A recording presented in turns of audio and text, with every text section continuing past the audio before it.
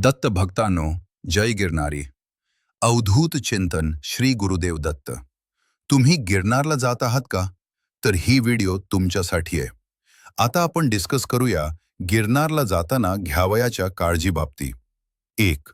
गिरनारला पादुका दर्शनासाठी जाताना पहिल्या पायरीवर नतमस्तक होऊन महाराजांना शरण जावे आणि म्हणावे की मला घेऊन चला. त्याआधी पहिल्या पायरीजवळील लंबे हनुमानाचे दर्शन घ्यावे व गुरुशिखर चढण्यासाठी शक्ती मिळावी यासाठी प्रार्थना करावी. 2. चालण्यासाठी चांगली चप्पल किंवा बूट घ्यावा. स्पोर्ट सँडल उत्तम आणि त्यावर 10 ते 15 दिवस चालण्याचा सराव करावा. 3. सॉक्स पायात घातले तर पायात थंडी वाजत नाही. 4. साधारण रात्री 11 वाजता चालायला सुरुवात करावी म्हणजे उन्हाचा त्रास होत नाही. त्यामुळे पहाटेच्या प्रसन्न वातावरणात पादुकांच्या पुढे नतमस्तक होता येते. अंदाजे 6 तास लागतात. 5. कपडे सुटसुटीत असावे. जीन्स पॅन्ट अथवा नेहमी घालतो तशी पॅन्ट नसावी. हलके कपडे घालावे. 6. स्वेटर आणि कानटोपी बरोबर असावी.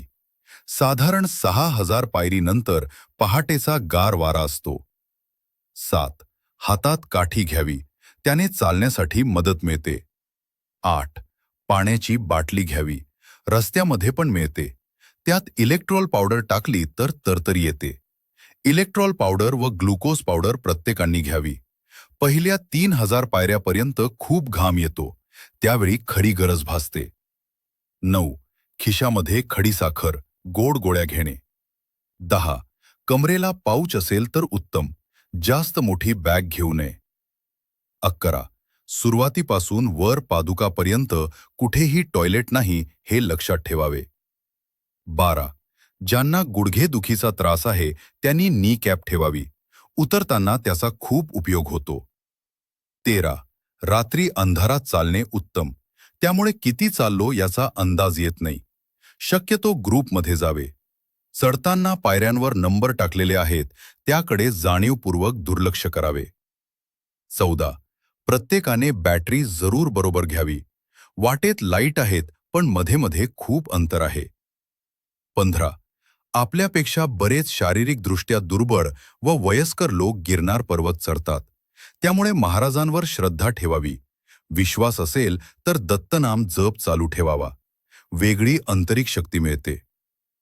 16. ही शर्यत नाही, त्यामुळे दम लागला की बसावे. त्याने चालण्याचा उत्साह अधिक वाढतो. बरोबरच्या लोकांशी थोडी चर्चा करावी.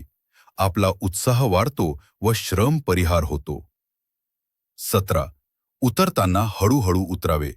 घाई केली तर पायात गोळे येतात. उतरताना काठीचा फार उपयोग होतो. पायाचा भार थोडा काठीवर टाकावा म्हणजे उतरणे सोपे होते. 18.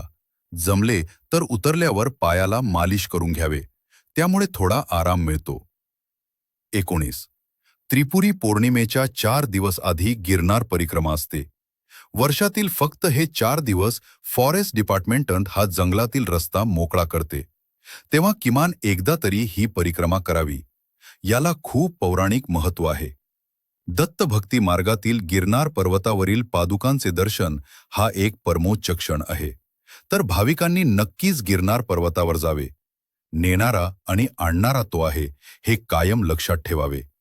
सर्व करता करविता तो आहे ह्यावर दृढ विश्वास ठेवावा. 20. काही कारणास्तव कोणाला चढणे नाही जमले तर डोलीचा आधार घ्यावा.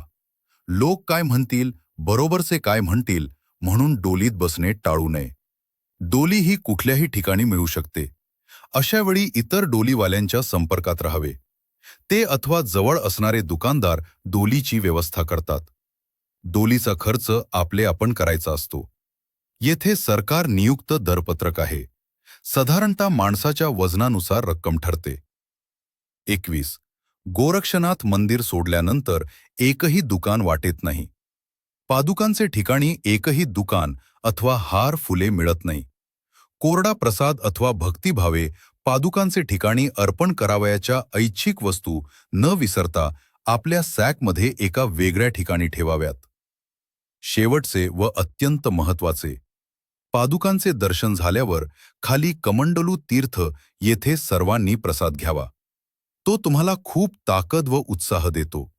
कारण तुम्हाला परत साधारण 2000 पायऱ्या चढायच्या असतात व तेथे असलेल्या सेवक वर्गांशी अदबीने वागावे.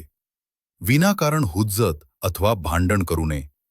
जमल्यास ऐपतीनुसार तेथे दानधर्म करावा. त्यांना ही सेवा वर्षभर व वर्षानुवर्षे चालवायची आहे. हे एक कठीण व्रत आहे.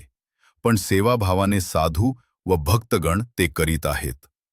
अवधूत चिंतन श्री गुरुदेव दत्त. जय गिरनारी.